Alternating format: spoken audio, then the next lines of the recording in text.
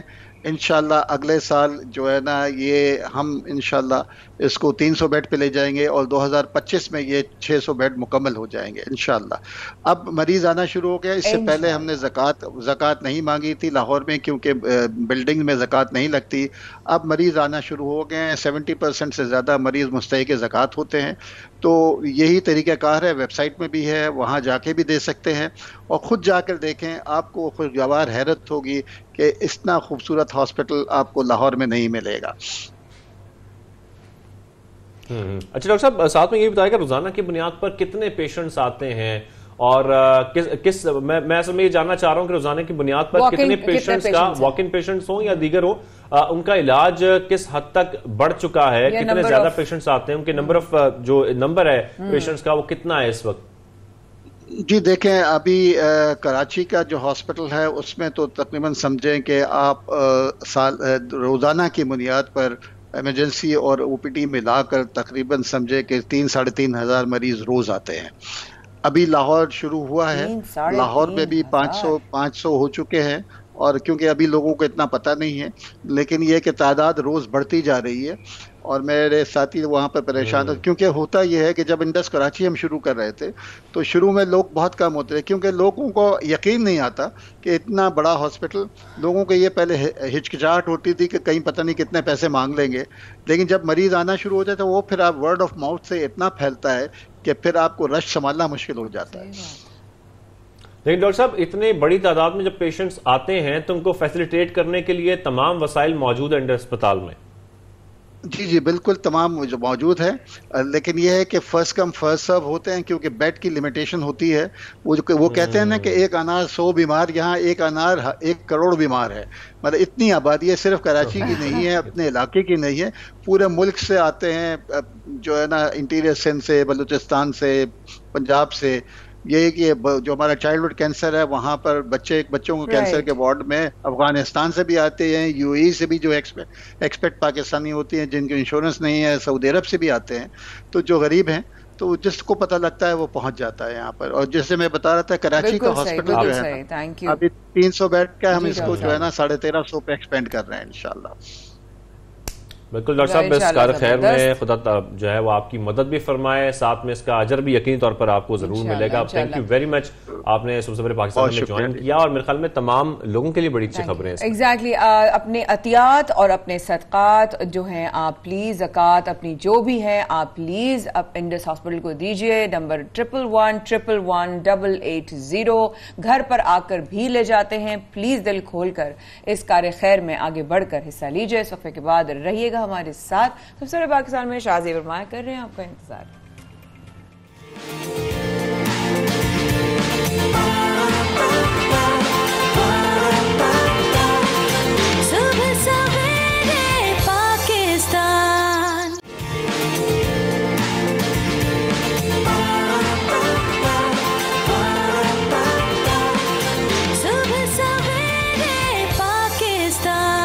Welcome back, آپ دیکھ رہے ہیں صبح سویرے پاکستان, مایا خان اور شاہ زیب احمد کے ساتھ. سیاست میں گزشتہ روز ہوا بہت کچھ ہے, ایک علامتی اجلاس بھی ہوا جس میں وزیر اعلیٰ بھی منتخب ہو گئے اور بھی بہت کچھ ہو رہا ہے. سپریم کورٹ کی جو سماعت ہے وہ بھی جاری ہے, لیکن یہ جو سماعت ہو رہی ہے اس کا فیصلہ کب تک آنا متوقع ہے, کیا ہو سکتا ہے, پاسبلٹیز کیا ہیں, آپشنز کیا ہیں, کیا رولنگ کو واپس لیا جائے گا یا کیا ہوگا, یہ سب کچھ جاننا ہے ہمیں. تو اسی لیے ہم نے آج رابطہ کیا ہے ہمارے ساتھ ان تمام معاملات پر بات کرنے کے لیے اور خاص طور پر قانونی پہلوؤں پر بات کرنے کے لیے اس وقت موجود ہے قانونی ماہر حیدر وحید صاحب. حیدر وحید صاحب کو خوش آمدید کہیں گے صبح سویرے پاکستان میں. حیدر وحید صاحب, سب سے پہلے تو میں آپ سے ایک سوال پوچھنا چاہتا ہوں کہ کیا وجہ ہے عدالتی فیصلے میں اتنی تاخیر کیوں ہو رہی ہے؟ یہ کانسٹیٹیوشنل کرائسس جو ہے وہ ڈیپن ہوتی جائے گی اگر فیصلہ نہیں آیا، کیونکہ یہ اگر سپریم کورٹ نے انٹروین نہیں کیا تو ہم جس طرح دیکھ رہے ہیں پنجاب میں جس طرح ہو رہا ہے، تو یہ کرائسس جو ہے وہ اور مزید ڈیپن کر کے ناگزیر کرنے کی بھی کوشش نظر آتی ہے انتخابات کو خان صاحب کی طرف سے، اور دوسری طرف پی ایم ایل نون اور اپوزیشن جو ہے وہ بھی ظاہر ہے کہ آگے سے جب ریٹیلیٹ کر کے علامتی اجلاس بلائے گی تو یہ ایک ڈیموکریٹک ڈیفیسٹ اور کانسٹیٹیوشنل کرائسس کی عکاسی کرتا ہے، اور سپریم کورٹ کو کہیں نہ کہیں یہاں فیصلہ سنا کے بات کو ایک طرف کرنا ہو۔ اچھا حیدر بھائی، ساتھ ساتھ جو کل اجلاس ہوا جو مطلب نہیں ہونا چاہیے تھا، جس طریقے سے ایک طرح کا خود ہی اپنا ایک سیشن جو کہ کر لیا سب نے، علامتی اجلاس اوبیسلی ساتھ میں جو ہو گیا، تو اگر آج سپریم کورٹ اس کے حوالے سے بھی کوئی کچھ کر سکتی ہے، کچھ اس کو بھی دیکھے گی، اس طرف بھی نظر جائے گی، یا آپ کیا سمجھتے ہیں ان سچویشنز میں کنڈیشنز اور ڈیلے ہونے کے چانسز ہیں یا ایسی کوئی انڈیکیشنز نہیں ہیں؟ پلیز دیکھیں، سپریم کورٹ کا فوکس بہت کلیئرلی جو ہے وہ ڈپٹی اسپیکر کی رولنگ پہ ہے اور ڈیسولوشن آف اسمبلیز پہ ہے۔ میرا نہیں خیال کہ وہ پنجاب میں اپنے آپ کو الجھائیں گے، کیونکہ یہ پھر اسی طرح کی کویگمائر ہے جو چاہ رہی ہے حکومت وقت کی، کہ ہر طرف جو ہے اس طرح کی آگ بھڑکتی نظر آئے کہ ساری چیز مجموعی طور پہ سمجھا جائے کہ اب آگے نہیں چل سکتی اور انتخابات کی طرف جایا جائے۔ تو میرے خیال سے سپریم کورٹ جو ہے وہ فوکس کر کے اسی پہ رولنگ دے گی کہ ڈپٹی اسپیکر صاحب کی رولنگ آیا کہ آئینی تھی یا نہیں تھی، نو کانفیڈنس موشن کو روکنے کا ان کا اختیار تھا یا نہیں تھا، اور اگر اختیار تھا بھی تو کیا جس جواز جو انہوں نے بنایا آرٹیکل 5 میں کہ بین الاقوامی سازش ہے، کیا یہ وہ کر سکتے تھے، کیا ان کے پاس اس کے حوالے سے اتنے شواہد تھے بھی یا نہیں۔ میرے خیال سے رولنگ اس حد تک محدود ہوگی، اور ظاہر ہے کہ ڈیسولوشن آف اسمبلی جو ہے وہ اسی سے جڑی بھی ہے، کیونکہ اگر ڈپٹی اسپیکر صاحب کی رولنگ کل عدم ہوتی ہے تو لازماً ڈیسولوشن آف اسمبلی کا نوٹیفیکیشن بھی کل عدم ہوگا۔ لیکن حیدر بھائی صاحب، آپ کے خیال میں کیا فیصلہ متوقع ہے سپریم کورٹ کی جانب سے، اور اگر آپ اب فرض کیا جائے کہ اگر یہ رولنگ جو ہے جس طریقے سے یہ دی گئی تھی ڈپٹی اسپیکر پر، اس پہ آپ کو لگتا ہے کوئی فیصلہ اس قسم کا آ سکتا ہے کہ تمام چیزیں جو ہیں اب یہ ریورس ہوں گی؟ اس دن بھی ہم آپ سے یہی جاننا چاہ رہے تھے کہ اب پاسبلٹی ہے کہ تمام پروسیس جو اب ہو چکا ہے، بات اتنی آگے آ چکی ہے، یہ سب کچھ ریورس ہو اور ایک بار پھر سے تحریک عدم اعتماد پر ووٹنگ ہو؟ دیکھیے، بالکل نہ صرف کہ ہو سکتا ہے بلکہ ہونا چاہیے، لیکن اس میں دو ہمارے پاس پریسیڈنٹس ہیں۔ جنیجو صاحب کا 89 کا 5 ممبر بینچ کا کیس ہے، جہاں پہ کیونکہ جو ہے وہ کیئر ٹیکر گورنمنٹ بہت آگے تک آ گئی تھی، چند دن رہ گئے تھے انتخابات کے لیے، تو حالانکہ جنیجو صاحب کی حکومت کو برطرف کرنا غیر آئینی ڈکلیئر کیا گیا تھا، لیکن ان کی حکومت کو ریسٹور کرنے کے بجائے انتخابات کی طرف جو ہے وہ کورٹ نے بھیجا تھا۔ لیکن وہاں پہ نان پارٹی بیسڈ اور ایک عامر کی اسمبلیاں تھیں جن کو ریسٹور کرنے کی بات تھی، اور کچھ ہی دن رہ گئے تھے، تو کچھ ڈسٹنگوشبل فیچرز ہیں۔ پھر 1993 میں میاں نواز شریف صاحب کی ججمنٹ ہے 13 ممبر بینچ کی، جہاں پہ حالانکہ کیئر ٹیکر کو آئے ہوئے 1 ماہ ہو چکا تھا، لیکن نہ صرف کہ ڈیسولوشن کو غیر آئینی قرار دیا گیا بلکہ حکومت بھی میاں صاحب کی بحال کی گئی تھی۔ تو میرے خیال سے کہ یہ ابھی آگے تک تو بالکل بھی نہیں آئے ہیں، ابھی تو نگراں وزیر اعظم بھی نہیں منتخب ہوئے ہیں، تو میرے خیال سے تو یہ 2 کاغذوں کو سیٹیسائڈ کرنے کی کہانی ہے اس وقت۔ ایک ڈپٹی اسپیکر صاحب کی رولنگ ہے اور دوسری صدر کی نوٹیفیکیشن ڈیسولوشن آف اسمبلی کے حوالے سے ہے، اور یہ دونوں چیزیں جو ہیں اس کے حوالے سے دلائل صرف ڈپٹی اسپیکر کی رولنگ کے ہیں کہ آیا کہ یہ رولنگ کو آرٹیکل 69 کا تحفظ حاصل ہوگا، کیا یہ اسپیکر کی رولنگ کے دائرہ کار میں تھی کہ کورٹس انٹرفیئر نہ کر سکیں، یا پھر یہ تجاوز کرتے ہوئے اپنی جورسڈکشن کو سے آگے بڑھتے ہوئے آرٹیکل 95 نو کانفیڈنس موشن کو روکنے کے حوالے سے رولنگ ہے، جو کہ زمرہ نہیں تھا کسی بھی اسپیکر کی جورسڈکشن کا۔ تو میرے خیال سے تو یہ فیصلہ جو ہے یہاں تک محدود ہوگا، اور پھر اس کے جو کانسیکوینسز ہیں وہ دیکھے جائیں گے۔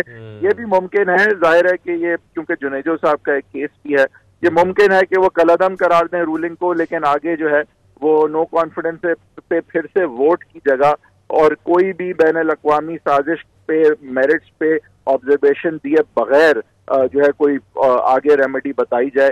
میرا نہیں خیال بین الیکشن کی طرف جایا جائے، کچھ بھی کہیں گے جی الیکشن کی طرف جایا جائے، یعنی کہ میں کہہ رہا ہوں کہ یہ ایک ممکن ہے بات اصولاً میں۔ اب تک کوئی ایسی سچویشن آئی ہے کیا؟ ابھی تک کوئی آپ کو لگتا ہے کہ ابھی تک کچھ کوئی خبر آئی ہے کہ کیا ریمارکس ہیں، کیا ایگزیکٹلی سچویشن ہے؟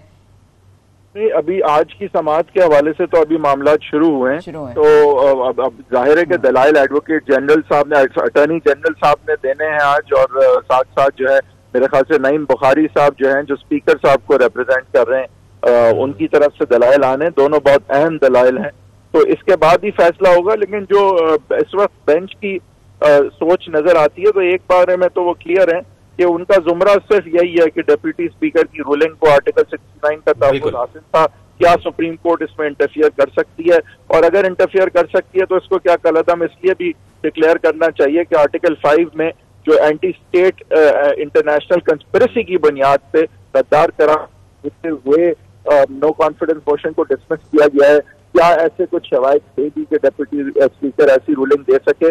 مجموعی طور پر جو سارے واقعات ہیں کیا وہ ال انٹینشن میلافائڈی یا بدنیت کی طرف اشارہ کر کہ اگلے دن خان صاحب نے کہا کہ میں پچھلی رات کو بھی یہ سرپرائز دے سکتا تھا، تو پھر سوال اٹھتا ہے کہ کیا ان کو پتا تھا؟ ڈپٹی اسپیکر صاحب نے کسی بحث کے بغیر، کسی شواہد کے بغیر اس طرح کی رولنگ دے دی جس کو آلریڈی سپریم کورٹ کہہ چکی ہے کہ اس میں جو ہے الزامات تو ہیں لیکن کوئی فائنڈنگ نظر نہیں آ رہی. تو یہ سارے معاملات ہیں جس میں ایک فیصلہ میرے خیال سے بہت کلیئرلی آنا ضروری ہوگا کہ ڈپٹی اسپیکر کا کیا زمرہ تھا، کیا وہ مجاز تھے کہ نو کانفیڈنس موشن کو ڈسمس کر سکتے، اور اگر وہ مجاز تھے تو کیا سپریم کورٹ ایسے فیصلے میں انٹرفیئر کر سکتا ہے یا نہیں کر سکتا. بالکل انٹرفیئر کر سکتے ہیں، نہیں کر سکتے، تحریک عدم اعتماد کے بعد رولنگ دی جا سکتی ہے، نہیں دی جا سکتی، یہ بڑا امپورٹنٹ ہے جاننا. ساتھ میں حیدر وحید صاحب، جس طریقے سے ہم نے پنجاب میں دیکھا ایک علامتی اجلاس کرایا گیا، اس میں ووٹنگ بھی ہوئی، اسپیکر بھی انہوں نے خود سے وہاں پر بٹھایا گیا اور وہاں پر ایک وزیر اعلیٰ بھی منتخب ہو گیا. میں اس پورے اجلاس کی قانونی حیثیت جاننا چاہ رہا ہوں کہ کیا قانونی طور پر ایسا کیا جا سکتا ہے؟ دیکھیں، ویسے تو اجلاس اسمبلی کے باہر بھی کال کیا جا سکتا ہے، جو لوازمات ایک آفیشیل اجلاس کے ہیں وہ تو شاید یہاں موجود نہیں تھے، لیکن سوال یہ نہیں ہے کہ یہ آیا کہ آفیشیل تھا یا نہیں. سوال یہ ہے کہ جو یہ میسج دینا چاہتے تھے کہ نمبرز ہمارے پاس ہیں اور ایک ڈیموکریٹک ڈیفیسٹ، ایک کانسٹیٹیوشنل کرائسس جو ہے کریٹ کیا جا رہا ہے پنجاب حکومت کی طرف سے اور انتظامیہ کی طرف سے، جو کہ بالکل آئین اور ڈیموکریسی کے خلاف ہے.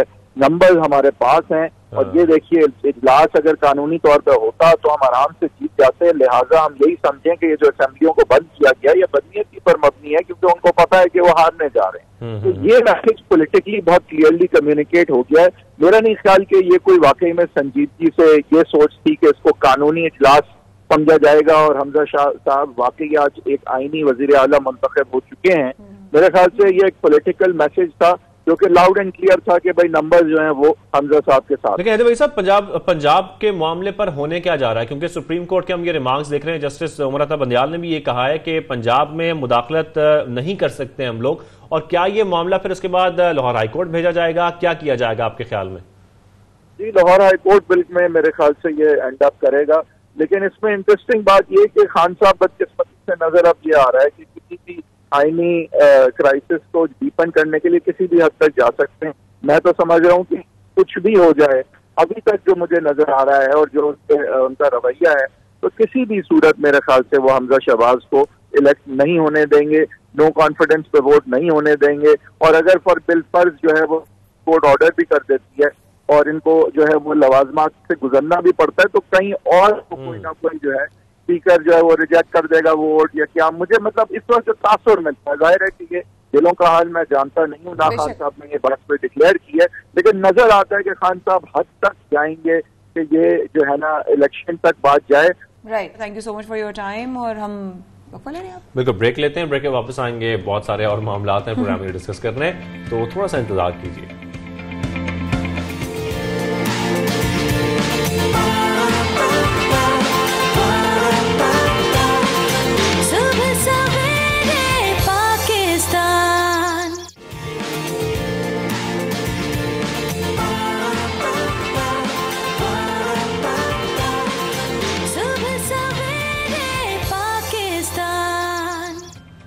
ایک بار پھر ہمارے ساتھ رہنے کا بہت شکریہ. سویرے پاکستان میں شاہ زیب مایا آپ کے ساتھ. آپ دیکھ رہے ہیں کہ سیشن شروع ہو چکا ہے اور رہنما آ کر اپنے حوالے سے پریس کانفرنس میں اپنا جو بھی موقف ہے وہ بھی بیان کر رہے ہیں. ساتھ میں یہ بھی بول رہے ہیں کہ سپریم کورٹ کا جو بھی فیصلہ ہوگا ظاہر ہے وہ سب سے زیادہ اس کو مانیں گے بھی، اس کو تسلیم بھی کریں گے. اور ساتھ ساتھ اور بھی ساری نیوز آتی رہیں گی. لیکن ساتھ ساتھ شاہ زیب if I am not wrong تو کل فرائیڈے کو ہے نا احتجاج منانے کا، جو بالکل فضل الرحمان صاحب نے اس کا بھی اعلان کیا ہے. ساتھ میں پنجاب کی سیاست میں بڑا کچھ چل رہا ہے اور ہم کوشش کر رہے ہیں کہ تمام سیاسی رہنماؤں سے گفتگو گفتگو کر رہے ہیں اس حوالے سے اور پارٹی کا موقف جان سکیں.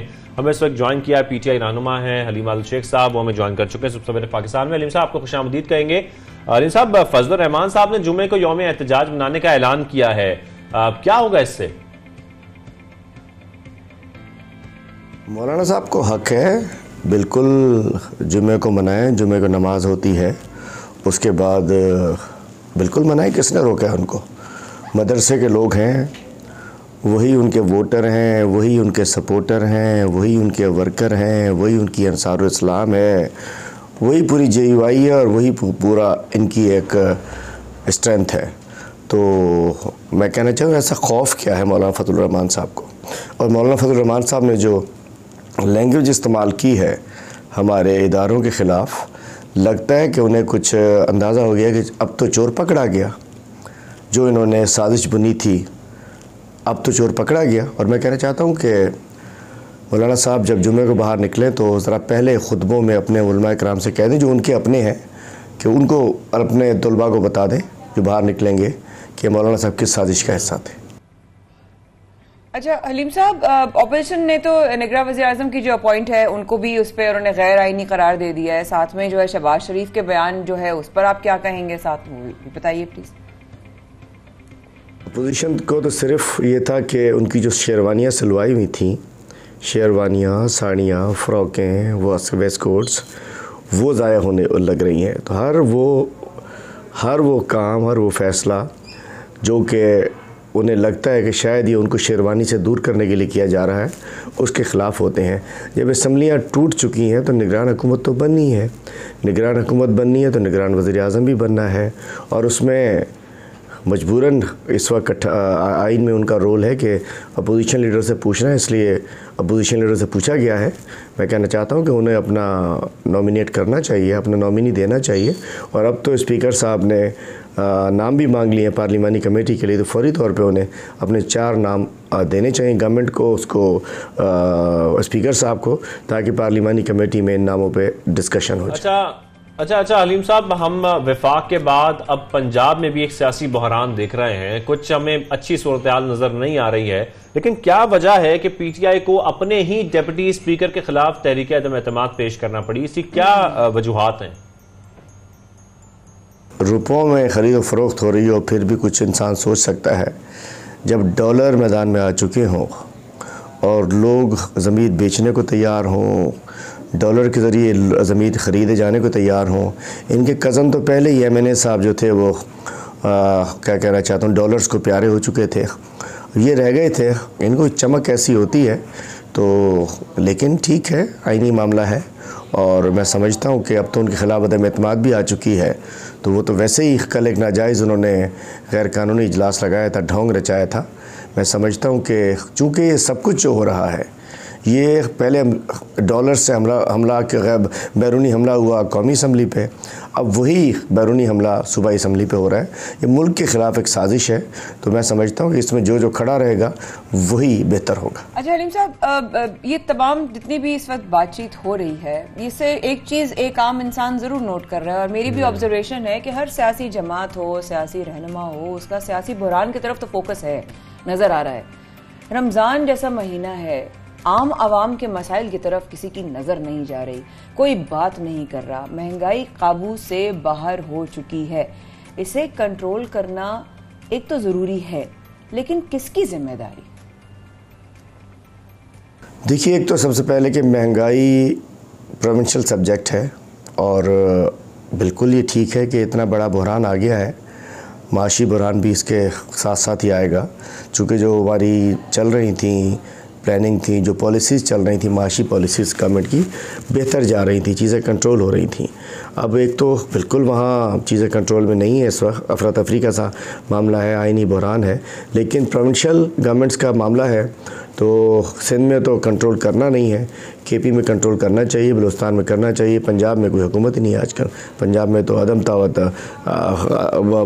استحکام ہے, اس کو فوراً ختم ہونا چاہیے. اچھا, یہ تو حلیم صاحب عوام کی بات ہو رہی ہے, عوام تو یقینی طور پر اس میں پس رہے ہیں, لیکن جس طریقے سے ہم دیکھ رہے ہیں کہ پنجاب میں ایک سیاسی ہلچل مچی ہوئی ہے, سندھ میں کیا صورتحال ہے؟ کیونکہ سندھ میں بھی ہم دیکھ رہے ہیں کہ ایک لہر پہنچتی جا رہی ہے. اب آپ کو لگتا ہے کچھ معاملہ کچھ گورنر راج کی طرف جا رہا ہے, یا کچھ معاملہ زیادہ خراب ہو رہا ہے؟ دیکھیے جب الیکشن ہونے ہوتے ہیں تو کوئی بھی الیکشن جنرل الیکشن کسی پارٹیزن گورنمنٹ کے ذریعے نہیں ہوتا، وہ نگران حکومت ہوتی ہے جو کہ نیوٹرل گورنمنٹ ہوتی ہے. تو کبھی بھی اگر یہ الیکشن ہونے جائیں گے تو کوئی نہ کوئی حل نکالا جائے گا کہ سندھ میں بھی اس گورنمنٹ سے جان چھوٹے، ایک نیوٹرل گورنمنٹ آئے یا گورنر راج لگے اور وہ ایک سموتھ الیکشن ہو جائیں جو کہ نان پارٹیزن گورنمنٹ بیٹھی ہو ہماری. تو لازم ہے کہ ایک مخصوص پارٹی کی گورنمنٹ ہو. میں کہتا ہوں سندھ میں بھی نہیں ہونا چاہیے، کے پی میں بھی نہیں ہونا چاہیے. جنرل الیکشن جو کہ بڑے الیکشن نیشنل اسمبلی کے ہیں وہ آزاد حکومت کے با اختیار و آزاد حکومت کے ذریعے انتظام ہونے چاہیے. تو سندھ حکومت کو بھی جانا ہی پڑے گا. اچھا علیم صاحب، ایک بات ذہن میں ایک اور سوال آیا، اگر اجازت کے ساتھ سوال کر چاہوں. ملک میں قرضوں جو ہے نا، ملک قرضوں کے بوجھ تلے دبتا جا رہا ہے. اگر ہم ایشیائی ترقیاتی بینک کی بات کریں، انہوں نے بھی خدشہ ظاہر کیا ہے. ملک میں مہنگائی، جس طرح میں بار بار آپ کہیں گے کہ میں مہنگائی کی بات کرتی ہوں، لیکن ظاہر ہے ہم عام عوام کے مسائل سامنے رکھتے ہیں اور ہمارے سامنے آتے ہیں یہ مسئلے. بات صرف اس بات کی ہے کہ ملک جس طریقے سے مہنگائی کی طرف بڑھ رہا ہے، الیکشن سے پہلے کیا اس طرف کوئی دیکھے گا؟ کیا اس کا کوئی حل نکلے گا؟ کیا ہماری طرف کوئی بہتری کی کوئی امید ہے الیکشن سے پہلے؟ کیونکہ رمضان جیسا مہینہ بھی لائک ایسے. جی میں سمجھتا ہوں کہ انشاءاللہ نئے الیکشن کے بعد عمران خان صاحب کے دوبارہ 2/3 میجورٹی کے ساتھ وزیر اعظم بننے کے بعد، جو انشاءاللہ اللہ تعالیٰ خیریت رکھے، ملک کے حالات ٹھیک رہے، تو عمران خان کو جو صورتحال گراؤنڈ پہ بنی ہے، جو عوامی صورتحال بنی ہے، جس انداز سے بیرونی سازشوں کو، بیرونی حملوں کو، ان کے ایجنٹوں کو، ان غداروں کو عوام نے رد کیا ہے اور عمران خان کو اپنا ایک لیڈر سمجھ رہے ہیں، عمران خان کو پاکستان کی بقا کا ضامن سمجھ رہے ہیں، عمران خان کو قومی غیرت کا ضامن سمجھ رہے ہیں. تو انشاءاللہ 3 مہینے بعد نئی گورنمنٹ آئے گی اور اس میں 2/3 میجورٹی ہوگی. اپنی مرضی سے قانون سازی کر سکیں گے تو انشاءاللہ اللہ کرے گا ان قرضوں سے، ان تمام مصیبتوں سے پاکستان کو نجات دلائیں گے. ٹھیک ہے علیم عادل شیخ صاحب، بہت شکریہ، آپ نے ہمیں جوائن کیا اور سیاسی معاملات پر جو اس وقت سیاسی بحران ہے اس پر آپ ہم سے گفتگو کر رہے تھے، پارٹی کا موقف بتا رہے تھے. Thank you very much for joining us. یہاں پر چھوٹی سی بریک لیتے ہیں، بریک آپ واپس آئیں گے اور کچھ سیاسی معاملات اور بھی ہیں جو ڈسکس کرنے باقی ہیں.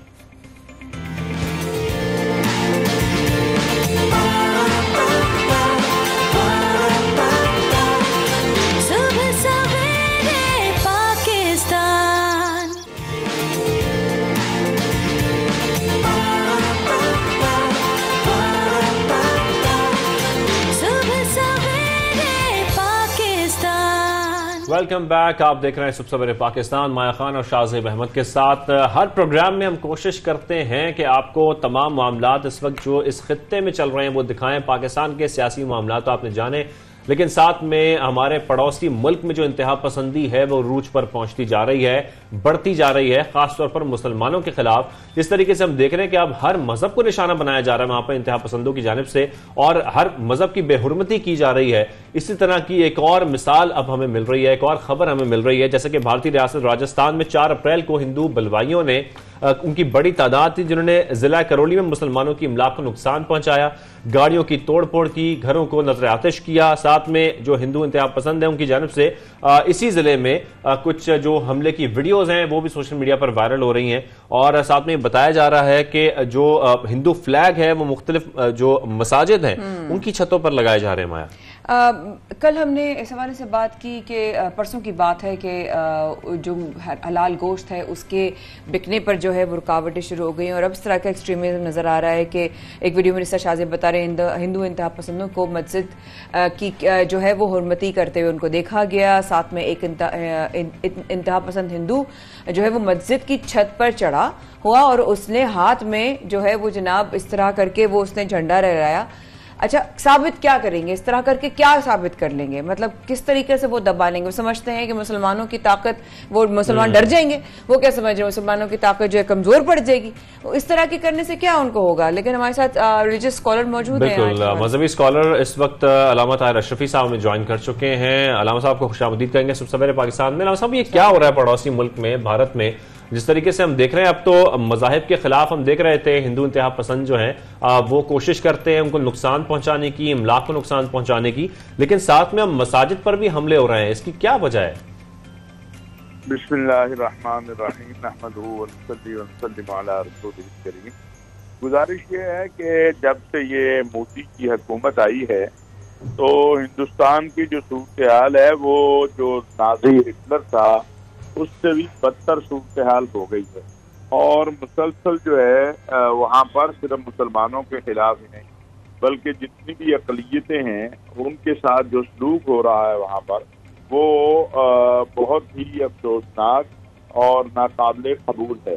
اور اس حوالے سے ہندوستان کے حکومت کی سرپرستی میں آر ایس ایس اور دیگر تنظیمیں جو ہیں وہ آپ یہ دیکھیں کہ ابھی جب کرسمس کے ایام تھے تو مسیحیوں کو کرسمس نہیں منانے دی گئی، نیو ایئر نہیں منانے دیا گیا، مسلمانوں کی مسجدوں میں جیسے ابھی آپ نے بھی بتایا ہے ان کو وہاں سے جو ہے وہ ہٹایا جا رہا ہے، اور مسلمانوں کی جمعے کے جو اجتماعات ہیں اس میں مسجدوں کے باہر صفیں نہیں بنانی دی جا رہی۔ تو یہ ایک بہت بڑا المیہ ہے جو ہو رہا ہے، اور اس حوالے سے جو ہے ہر اعتبار سے عالمی دنیا جو ہے اس کو ایکشن بھی لینا چاہیے اور دیکھنا بھی چاہیے کہ ہندوستان جو ہے وہ کس طرح مظالم کر رہا ہے اور اس کو روکنا کیسے ہے۔ اصل مسئلہ یہ ہے۔ علامہ صاحب، لیکن ساتھ اس طرح آپ نے کہا کہ جب سے مودی حکومت یہ آئی ہے تو بات اس بات کی کہ کیا اس طرح کے جو ایکٹیویٹیز ہیں وہ بغیر حکومتی سپورٹ کے ممکن ہے؟ اتنا اوپنلی اگریشن دکھانا، اتنی اوپنلی دوسرے مذہبوں کی جو ہے وہ تذلیل کرنا، ان کی بے حرمتی کرنا، جو ہمیشہ سے مل کر چلتے رہے وہاں پر لوگ، اس میں مودی حکومت شامل ہے۔ ہاں وہی نا، تو آپ اس پہ زیادہ وضاحت بہتر کر سکتے ہیں کہ یہ کیا حکومت سپورٹ کے بغیر ممکن بھی ہے علامہ صاحب؟ نہیں، جیسا کہ میں نے عرض کیا یہ تو باقاعدہ حکومت کی سرپرستی میں سب ہو رہا ہے، اور حکومتی سرپرستی میں یہ سب کیا جا رہا ہے۔ اس کو یہ کہنا کہ اس میں حکومت ملوث نہیں ہے، یہ تو بالکل ایک ایجنڈا ہے، اور اسی لیے آپ نے دیکھا کہ جب اسلامو فوبیا کے خلاف الحمدللہ اس کو اللہ تبارک و تعالیٰ نے کرم یہ کیا کہ پاکستان اسلامی فوبیا کے حوالے سے قرارداد OIC میں لے کر گیا اور پھر وہاں سے اقوام متحدہ میں لے کر گیا، تو آپ یہ دیکھیں کہ اس کے خلاف سب سے زیادہ جس کو تکلیف ہوئی ہے وہ ہندوستان ہے، اور مسلسل ہندوستان اس کے اوپر اپنا پراپیگنڈا کر رہا ہے۔ تو ہندوستان میں اس وقت نچلی ذات کے ہندوؤں کا رہنا، مسلمانوں کا رہنا، سکھوں کا رہنا، مسیحیوں کا رہنا مشکل بنا دیا گیا ہے۔ 200 کے قریب چرچوں کو جلایا گیا ہے، 150 کے قریب مساجد گرائی گئی ہیں، اور یہ سلسلہ ابھی رمضان میں بھی آپ دیکھیں، پھر مسلمان جو ہیں حلال ذبیحہ جو ہے وہ ان کا حق ہے، آپ دیکھیں کہ اس پر پابندی لگائی گئی ہے کہ حلال گوشت نہیں ہے۔ حجاب آپ دیکھیں کہ بچیوں کے جو بھئی یہ تو میرا حق ہے کہ میں کون سا لباس پہنوں، میں کون سا جو ہے انداز اختیار کروں۔ آپ نے دیکھا ہے کہ وہاں کی عدالتیں حجاب کے خلاف فیصلے دے رہی ہیں۔ تو یہ ایک ہندوستانی جو معاشرہ ہے اس وقت، یا ہندوستان کی جو اسٹیٹ ہے ریاستی سرپرستی میں جس دہشت گردی کا اور انتہا پسندی کا ارتکاب کر رہی ہے، اس کی مثال تاریخ میں نہیں ملتی، اور اپنے آپ کو دنیا کی سب سے بڑی سیکولر ریاست کہلانے والوں نے جس انداز سے وہاں پر انسانیت کا اور پھر مقبوضہ کشمیر کی صورتحال دیکھ لیں آپ، وہاں جو کچھ ہو رہا ہے، تو یہ تو انسانیت دشمنی کی جا رہی ہے۔ خالی آپ یہ نہیں کہہ سکتے کہ یہ مسلمانوں کی دشمنی ہے یا یہ انسانیت دشمنی ہے۔ اور وہاں پر صرف مسلمان ہی نہیں، جو دیگر مذاہب سے تعلق رکھتے ہیں لوگ وہ بھی پریشان ہیں، یہ ہندو انتہا پسند ان کو بھی تنگ کریں گے۔ علامہ صاحب، جس طریقے سے ہم دیکھ رہے ہیں کہ پوری دنیا کو معلوم بھی ہے اور ہر فورم پر آواز بلند بھی کی جاتی ہے، معلوم ہونے کے باوجود جو عالمی طاقتیں ہیں وہ کسی قسم کی آواز بلند نہیں کرتی، روکنے کی کوشش نہیں کرتی، اس پر کوئی ایکشن نہیں ہوتا، اسی کیا وجہ ہے؟ اس کی وجہ یہ ہے جی، ایک تو دنیا کے مفادات وابستہ ہیں، لازم بات ہے اس وقت دنیا معیشت اور تجارت اس میں ہے، اور ایک بڑی منڈی ہے ہندوستان۔ دوسرا یہ ہے کہ ہندوستان ہمارے مقابلے میں یہ بات ہمیں تسلیم کرنی چاہیے کہ عالم اسلام کو جس انداز سے ہندوستان کے مظالم کو یا دنیا کو اس حوالے سے بات کرنی چاہیے وہ اس انداز سے بات نہیں کر پا رہا۔ اور تیسری بات یہ ہے، یہ منافقت ہے، اس طرح کا کام اگر ایک واقعہ پاکستان میں ہو جائے تو پوری دنیا جو ہے چیخ رہی ہوتی ہے، لیکن روزانہ سینکڑوں واقعات ہندوستان میں ہوتے ہیں اور کوئی اس کے اوپر نہیں بولتا ہے، بالکل خاموشی اختیار کرتے ہیں. تو یہ عالمی دنیا کی منافقت ہے. اقوام متحدہ کی قراردادیں بھی آپ دیکھ لیں، باقی سارا کچھ دیکھ لیں. جھوٹ کی بنیاد پر عراق پر تو حملہ ہو جاتا ہے، افغانستان پر حملہ ہو جاتا ہے، لیکن مقبوضہ کشمیر کے مظلوموں کو انصاف نہیں ملتا، فلسطینیوں کو انصاف نہیں ملتا. اور جو مسلمان ہیں آپ دیکھیں تراویح کو روکا جا رہا ہے اس وقت ہندوستان میں، مسجدوں کے باہر صفوں کو اٹھا دیا گیا، حتیٰ کہ چرچوں کے باہر جو ہے جو مجمع کھڑا ہوتا ہے اسے نہیں کھڑا ہونے دیا جا رہا. تو یہ اس پر تو سارے آواز جو امن پسند ہیں دنیا کے انسان، انہیں آواز بلندی کرنی چاہیے. اور ابھی OIC کا اجلاس ہوا، آپ نے دیکھا، اس پہ بھی 56 کے 56 جو اسلامی ممالک ہیں متفقہ طور پر انہوں نے ہندوستان کے مظالم کے خلاف آواز بلند کی ہے. لیکن میں سمجھتا ہوں اس پر مزید عملی طور پر محنت کی ضرورت ہے اور اس کی طرف ہمیں جانا چاہیے. بالکل، پاکستان نے بڑی کامیابی سے OIC میں افغانستان کے معاملے پر بھی، اسلاموفوبیا پر بھی اور یہ ہندو انتہا پسندی پر بھی بات کی. بہت شکریہ علامہ صاحب. علامہ تعالی اشرفی صاحب ہمارے ساتھ موجود تھے اور اس معاملے پر خاص طور پر جو بھارت میں ہو رہا ہے اس پر بات چیت کر رہے ہیں. انہوں نے صحیح نشاندہی کی کہ یہ انسانیت سے گری ہوئی حرکات ہیں اور کچھ بھی نہیں، جس پہ مودی سرکار جو ہے وہ لگی ہوئی ہے. خیر، صفحے کے بعد رہے گا ہمارے ساتھ اسے پاکستان میں. اب پروگرام میں ابھی اور بہت کچھ باقی ہے، ہم کر رہے ہیں آپ کا انتظار. پلیز ڈو اسٹے ود اس.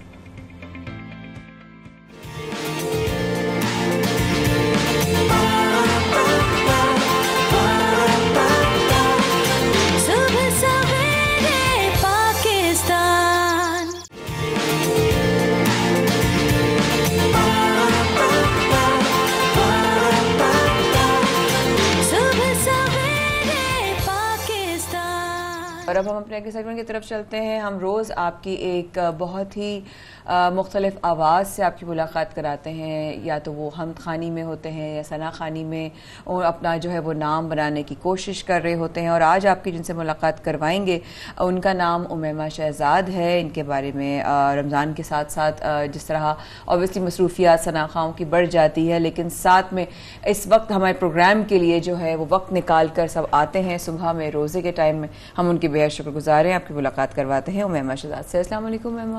وعلیکم السلام. کیسے ہو آپ؟ میں ٹھیک ہوں، آپ کیسے ہیں؟ بالکل ٹھیک ٹھاک. کیسے جا رہے ہیں روزے؟ بہت اچھے جا رہے ہیں.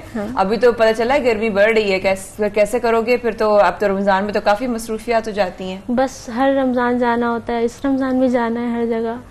زبردست زبردست. تو پھر بالکل ہم روز کوشش کرتے ہیں کہ سب سے پہلے جو بھی نعت خواہ ہمارے پروگرام میں آتے ہیں ان سے ہم پہلے نعت سنتے ہیں. تو کوئی کلام ہمیں سنائیں، پھر اس کے بعد ہم گفتگو آپ سے آگے بڑھائیں گے. ٹھیک ہے.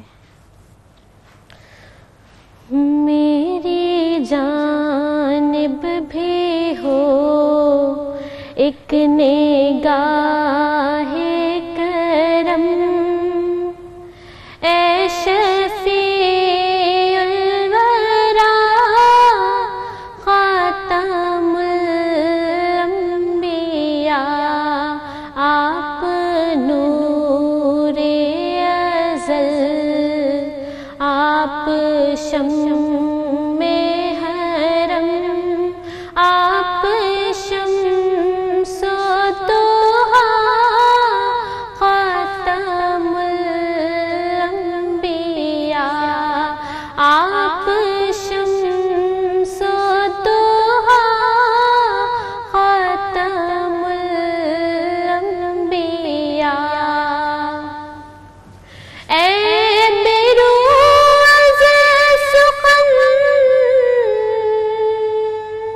شاہد ظلمنن، فخر و شان زمن،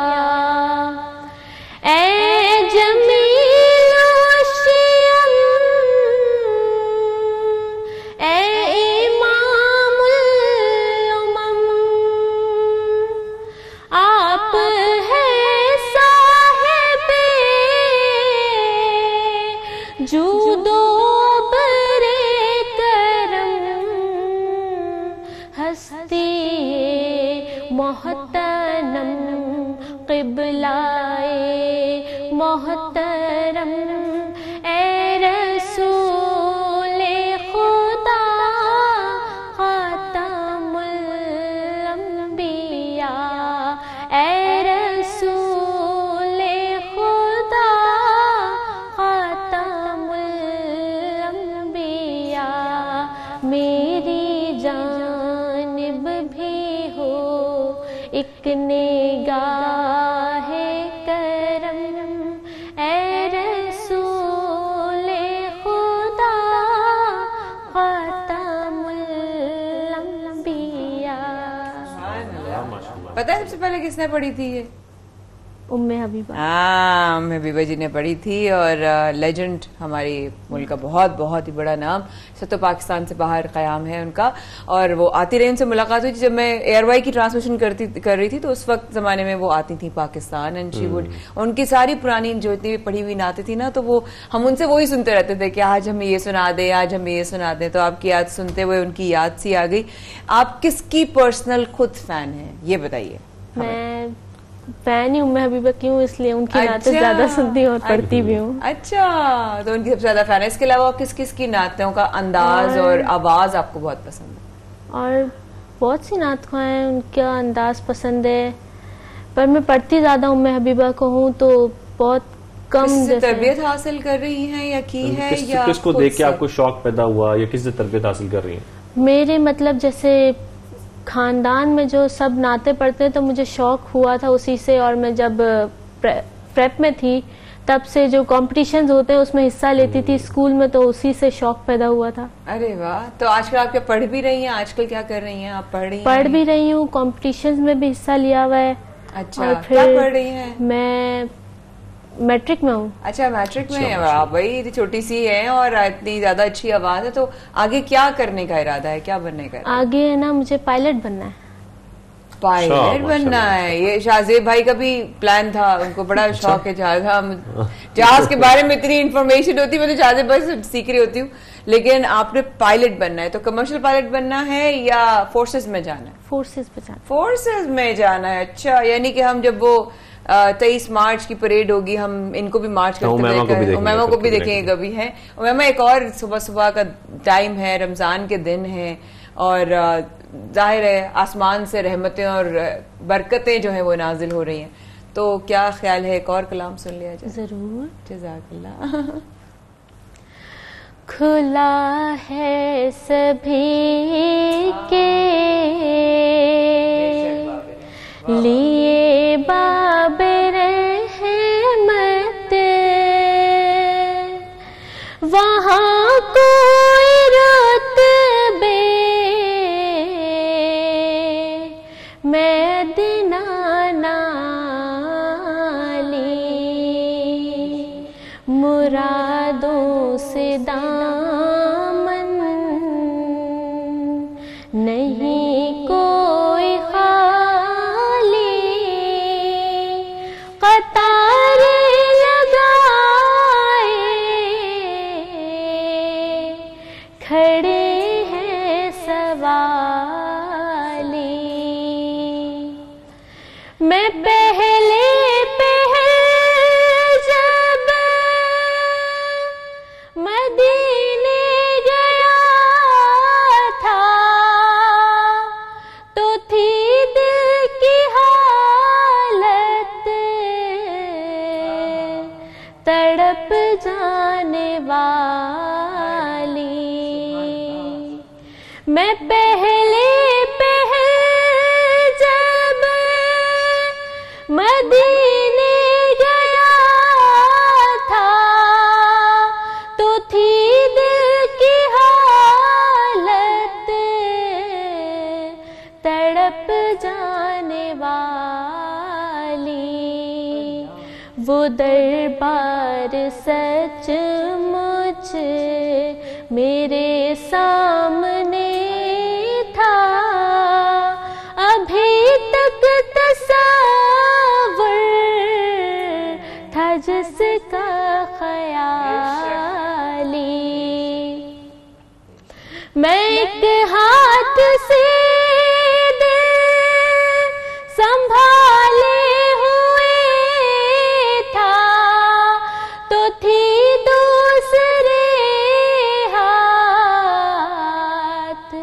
روزے کی جالی، میں ایک ہاتھ سے دل سنبھالے ہوئے تھا تو تھی دوسرے ہاتھ روزے کی جالی، دعا کے لیے ہاتھ اٹھتے تو کیسے نہ یہ ہاتھ خالی، اللہ اللہ، وہ ہاتھ خالی، کھلا ہے سبھی کے لیے باب رحمت، وہاں کوئی رتبے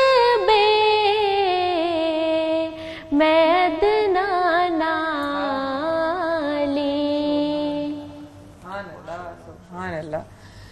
ایک دفعہ پھر ذرا وہ والا شعر اگر مقرر ہو جائے کہ جب آنکھ لی تو سامنے روزہ تھا، اگر پاسبل ہو۔